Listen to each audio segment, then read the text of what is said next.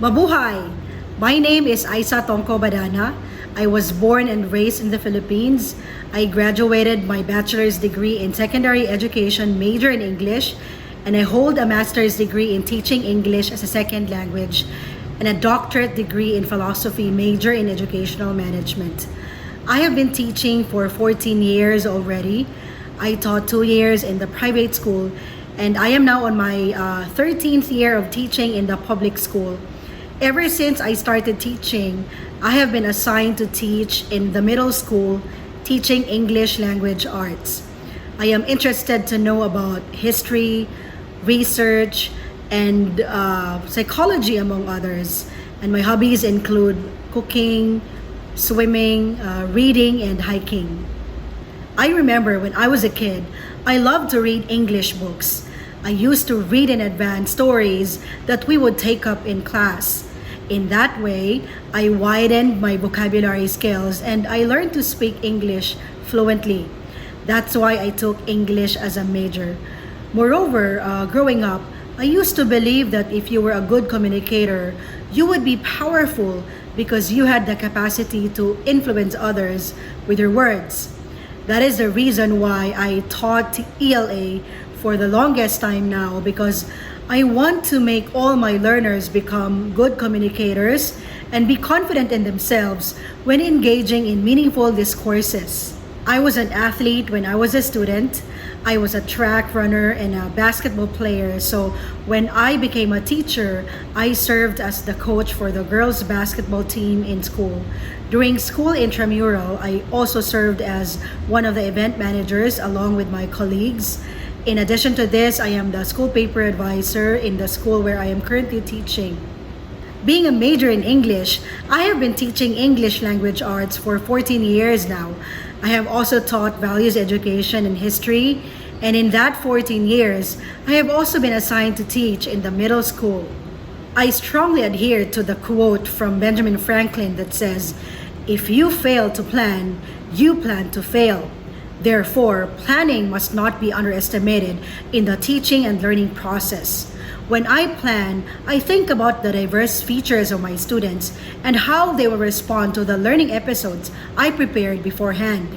When I plan, I imagine how my class would look like and I would ensure that it's going to be successful. My lesson plans include the following essential parts. First are the lesson objectives, which are anchored on the curriculum standards. The lesson objectives make the class purposeful and meaningful. It also includes instructional materials and other resources that I will use in my classroom instruction. Third, my lesson plan will include strategies that are appropriate to the needs of my learners. Strategies vary depending on the learner's needs, such as his or her learning style, intelligence, and interests, among others. Fourth, my lesson plan will include assessment, which will provide me immediate feedback on learners' understanding of the concepts. Lastly, my lesson plan will include closure and independent practice to help students organize key concepts into meaningful context in their minds. In my 14 years of teaching middle school learners, I have come to conclude that these learners love to move and interact with their peers. So one of the best strategies that I employ in class that I found to be effective in making them engaged in class is gamification. Gamification is an effective way to take a child's love for play and turn it into a love of learning. It can help students focus and build essential skills. The second strategy that I use effectively in my classroom is utilizing graphic organizers. I'm a huge fan of graphic organizers, from a simple one to a complex one. The use of graphic organizers are beneficial to both me and my learners. As a teacher, it simplifies the teaching and learning process while making it more enjoyable and interactive for students.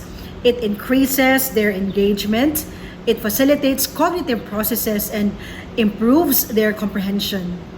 As a teacher, I hate a boring classroom, so when you enter my class, you will find my students working in groups and actively engage in a meaningful task.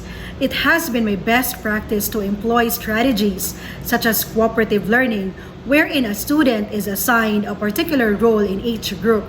Thus, each member has something to share in accomplishing the task.